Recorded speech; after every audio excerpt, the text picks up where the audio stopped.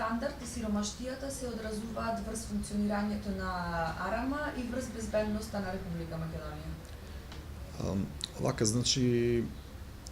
факт кој што не може да го побие ниту еден работодавач, односно ниту еден министер во Министерството за одбрана до сега кој што бил, е дека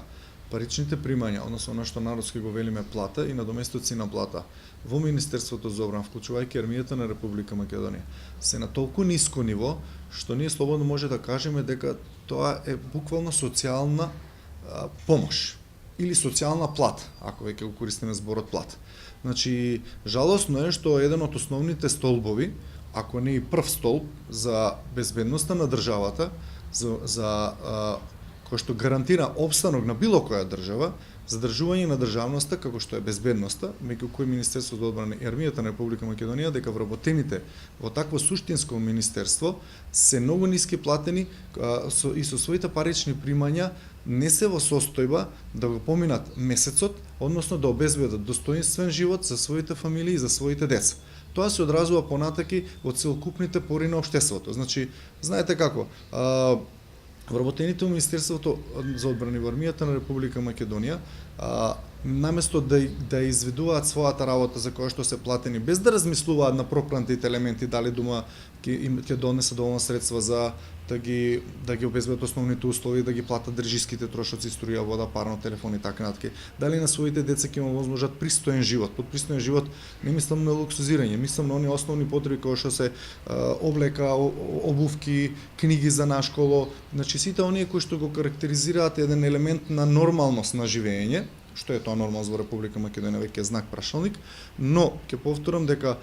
статусот на вработените во Министерството за одбрана и армијата на Република Македонија по основ на платата, односно паричните примања и недоместоци на плата е на многу ниско ниво. Таа дури се граничи со просечната плата во Република Македонија. Замислете безбедносна структура од која што зависи опстанокот на било која држава, значи во случајов и на Република Македонија се граничат со просечните плати во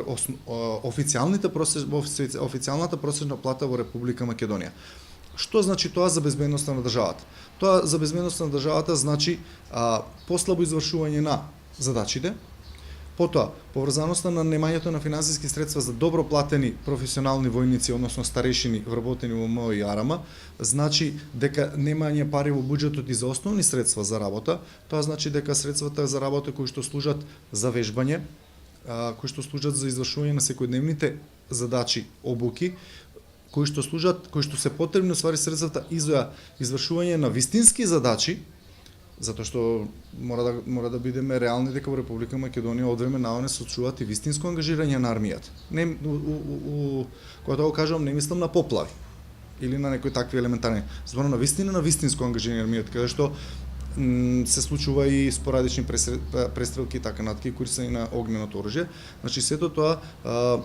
доведува до една ситуација дека малите средства кои што се одвојуваат од буџетот на Република Македонија во буџетот на Министерството за одбрана и армијата на Република Македонија не се доволни за пристоен живот, за добра плата на вработените, не се доволни за функционирање на безбедноста на Република Македонија. Со самото тоа се е доведено во прашање квалитетното и навремено обезбедување на беспрекорната состојба, односно на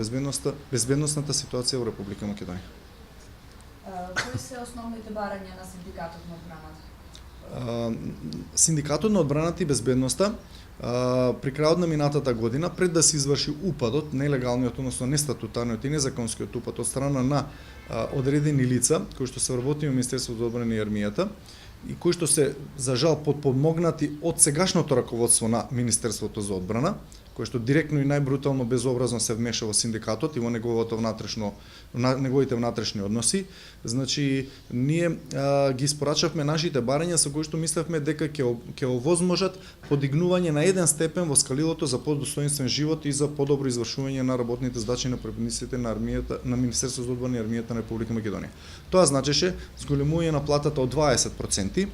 И веднаш ќе ви кажам, бидејќи знаете процентот како процент не ја дава вкупната сума на парични средства кои што се потребни, значи пресметките кои што ги направивме заедно со секторот за финансии во Министерството за одбрана покажаа дека за исполнување на ова барање се потребни околу 3 милиони евра на годишно ниво во бруто сума. сметаме дека таа сума е многу мала во однос на тоа на буџетот на Република Македонија кој што е над 3 милиарди, скоро 3,5 милиарди евра, сметам дека е многу мала и дека тоа не е проблем за Република Македонија, односно за владата на Република Македонија да ги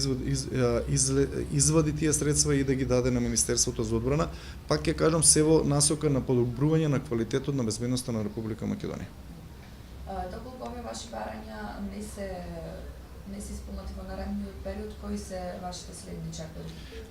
Значи, ние пробавме со сите возможни средства кои што се согласно законите и прописите во Република Македонија, меѓу кои и согласно колективниот договор. Значи, пробавме да разговараме, да преговараме, да даваме аргументи на нашите барања, да ги аргументираме, да правиме паралела помеѓу Министерството за одбрана и МВР како сегменти на безбедносни министерства.